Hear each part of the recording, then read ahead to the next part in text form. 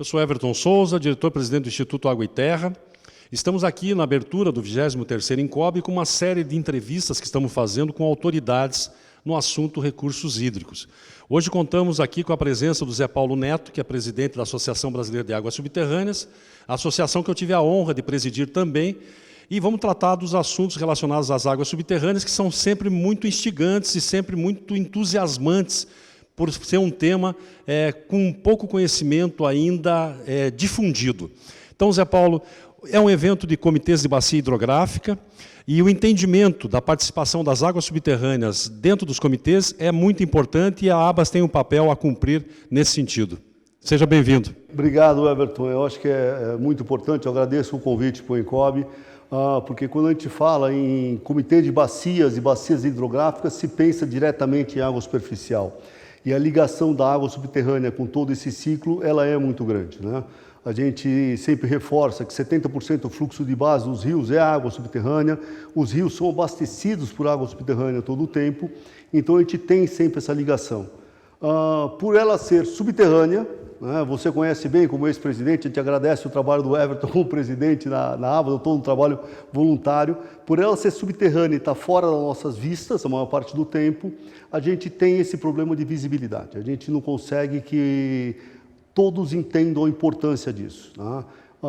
Não menosprezando de forma nenhuma a água superficial, mas a água subterrânea é 62 vezes maior que toda a água superficial do planeta. Então é muito importante, eu agradeço realmente o convite, para a gente poder discutir e contribuir nessas questões todas relacionadas dentro das próprias bacias hidrográficas. Você que vive num local que hoje está aí com uma crise hídrica muito grande, não chove há muito tempo na sua região e você olha o rio da sua localidade, da sua cidade, e o rio está escorrendo água.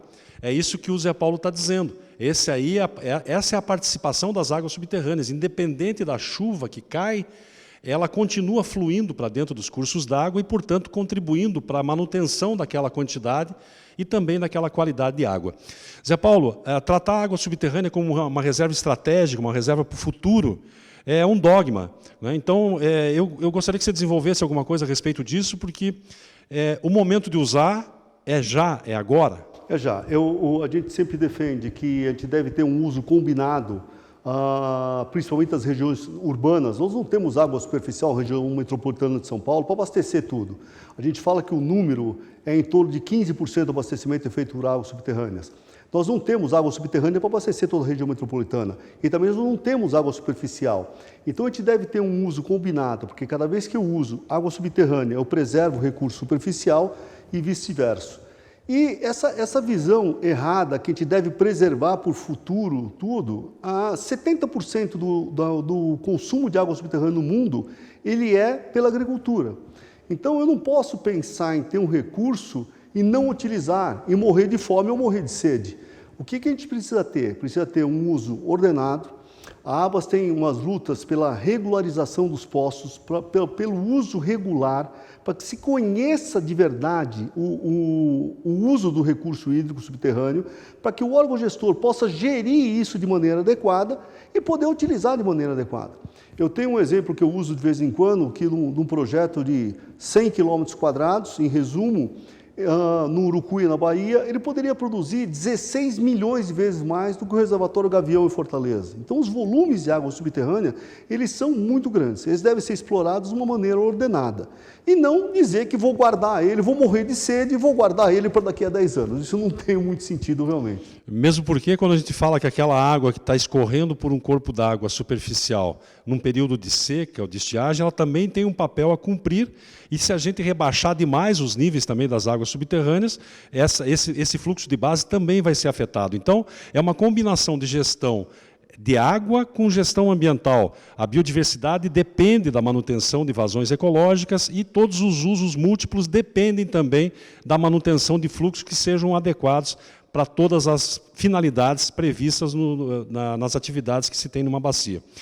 Uma outra questão importante que a ABAS tem um componente importante da grande diversidade de participantes, de sócios.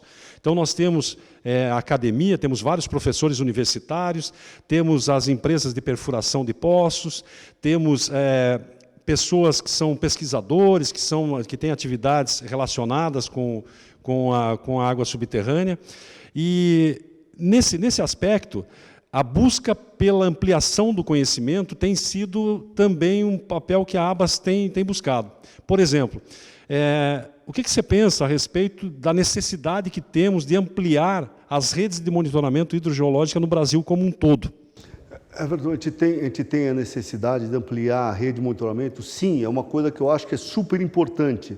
Mas eu penso, como você falou, a ABAS, hoje, meu vice-presidente é da academia, nós estamos com a sede dentro da USP, a gente tem uma diversidade dentro da ABAS muito grande. Isso é muito importante, porque nesses últimos anos a ABAS tem trabalhado também com essa relação dos usos, principalmente em áreas urbanas. Então, nós atuamos forte na questão do marco regulatório do saneamento, para a gente, vamos dizer, quebrar as barreiras, que na verdade eram barreiras criadas por alguns segmentos que impediam ou queriam impedir o uso de água subterrânea, para que se tivesse um uso regular. Então, a gente tem que dar alguns passos. Agora, essa sequência é muito difícil. Primeiro, a gente precisa regularizar os poços, ter o órgão gestor, ter uma rede de monitoramento. Nós temos muitos passos para dar aí. E é muito difícil a gente combinar isso e dizer, qual é a primeira atitude? Então, eu acho que nós seguimos o caminho de, buscar na publicação do marco regulatório de saneamento que o uso de água subterrânea estivesse legal em todo o Brasil. Hoje ele é legal. Nós atuamos na portaria de potabilidade de água potável, a portaria na 888, tirando restrições que não eram cabíveis estar nessa portaria, que falava de uso em área urbana e mistura de águas, não eram cabíveis, isso tudo caiu. Então, eu diria que a gente já deu um passo de organizar isso do ponto de vista legal. Eu acho que o passo seguinte agora é as campanhas de regularização, a ABAS tem feito isso, a pandemia atrapalhou um pouco, campanhas de regularização, trazer o usuário para a legalidade, ele entender que a legalidade é um benefício para ele, que protege que o vizinho dele irregular venha a causar um prejuízo para ele, para o órgão gestor também poder fazer uma gestão melhor, porque é muito difícil fazer uma gestão com poços irregulares, a gente não conhece. E daí vem os desdobramentos, vem o monitoramento de água subterrânea, acho que a gente tem, eu participei desse processo da portaria de água potável, a gente tem uma preocupação grande com os agrotóxicos, a gente tem algumas preocupações em determinadas regiões agrícolas, Rio Grande do Sul com arroz, o interior de São Paulo com a cana, a gente tem essas especificidades que a gente precisa trabalhar também. Então, isso a gente tem mais uns anos ainda, mas é o que eu tenho dito, que eu tenho visto, pelo menos nos últimos anos, uma união, uma boa vontade melhor em relação às águas subterrâneas, a resolver os problemas todos. E esse papel ele pode ser exercido pelos comitês de bacia hidrográfica, né, juntando todos esses interesses, todos esses conhecimentos, para que as melhores decisões sejam tomadas realmente na concessão das outorgas, no incentivo aos usos múltiplos da água e também uma preocupação com a questão ambiental, porque não dá para dissociar a gestão de recursos hídricos com a gestão ambiental. Queria agradecer ao Zé Paulo por essa entrevista. Você está falando aqui para pelo menos 5 mil inscritos no INCOB, então é com muita satisfação que a gente encerra essa entrevista dizendo da importância daquilo que você colocou aqui para todo esse pessoal. Um abraço, obrigado. Obrigado, Everton.